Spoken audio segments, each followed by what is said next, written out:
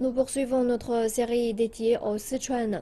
À l'ouest de Chengdu, notre équipe a rejoint les hauteurs montagneuses de la province avec ses paysages splendides, son ciel bleu, son air frais et son soleil éclatant. Là-bas, dans la préfecture autonome tibétaine de Garzê, notre équipe est allée visiter une école élémentaire vraiment pas comme les autres.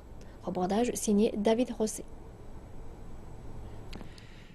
Nous voici en route pour Siala, une petite ville de la préfecture autonome tibétaine de Garzê, construite à flanc de montagne à presque 3000 mètres d'altitude, juste au-dessus de la tumultueuse rivière Yalong. Après un rapide périple le long de la rivière et sur des chemins de terre poussiéreux, nos véhicules arrivent enfin à destination, l'école élémentaire de la ville. Large portail, roche marquée de caractères chinois et grand bâtiment central, l'impressionnante entrée de l'école est bien calme. Mais rapidement, des chants et de la musique parviennent à nos oreilles en provenance d'un terrain surélevé situé à gauche du bâtiment central. C'est sur l'esplanade principale de l'école que se sont réunis tous les élèves pour célébrer l'anniversaire de la Longue Marche qui, 80 ans plus tôt, était passée par ces mêmes paysages montagneux.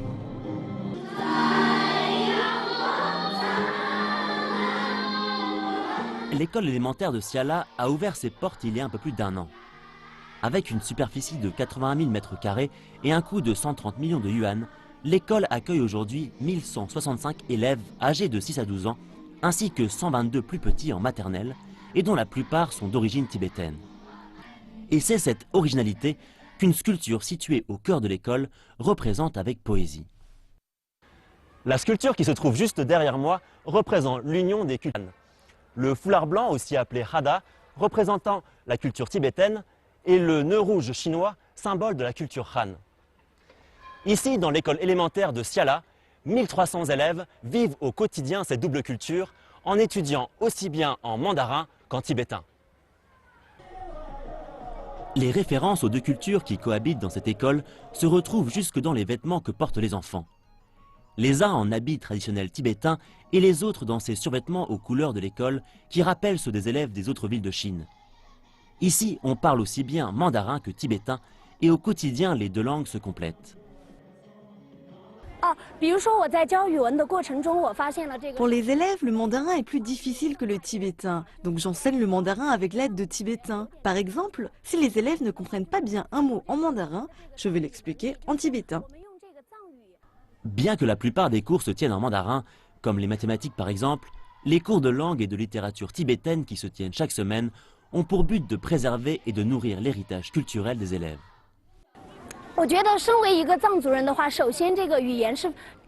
La langue tibétaine compte beaucoup pour nous. Après avoir appris le mandarin et avoir réussi son parcours personnel, il est de notre responsabilité de nous concentrer sur notre langue locale. Ainsi, en enseignant le tibétain aux enfants quand ils sont encore jeunes, nous protégeons notre culture et nous aidons au développement des zones tibétaines. L'apprentissage à la fois du tibétain et du mandarin permet aux enfants de Siala de relever deux défis majeurs. Le premier étant celui de réussir leur intégration sociale et professionnelle dans une société chinoise dont la langue officielle est le mandarin. Et le second étant de permettre à cette culture, cette langue et cette tradition ancestrale de se perpétuer et de prospérer. Et cette école n'est pas que bilingue.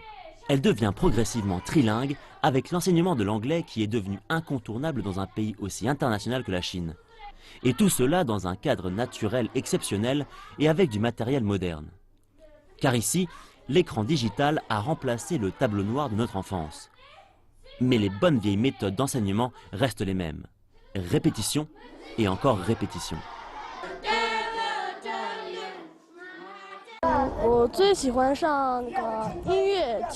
J'aime les cours de musique, de sport, de mandarin et de mathématiques. Dans l'avenir, j'espère pouvoir continuer mes études à l'université, puis trouver un bon emploi et découvrir le monde. Dans l'école de Siala, 95% des élèves sont pensionnaires et c'est la politique des 3 gratuités qui s'applique ici. Nourriture gratuite et frais d'études gratuits. Chaque élève reçoit chaque semestre une subvention de 1250 yuan qui lui permet de vivre et d'étudier dans l'école. Cette politique volontariste en faveur de la minorité tibétaine permet de convaincre les parents de ces jeunes enfants, qui sont souvent des paysans aux revenus très limités, de les laisser aller à l'école.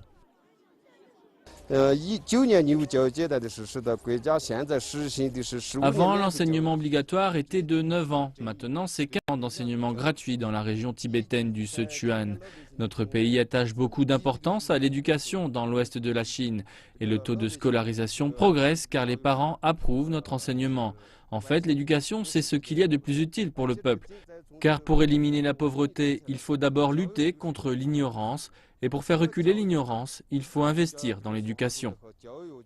Et ces quelques mots du directeur de l'école ne sont pas vains. Car tout proche, plus en aval de la pente de la montagne, se trouve le chantier de l'agrandissement de l'école qui deviendra le nouveau collège, s'étendant sur 74 000 m² et pour un investissement total de 180 millions de yuan financé par le gouvernement central et le gouvernement local de Garzê.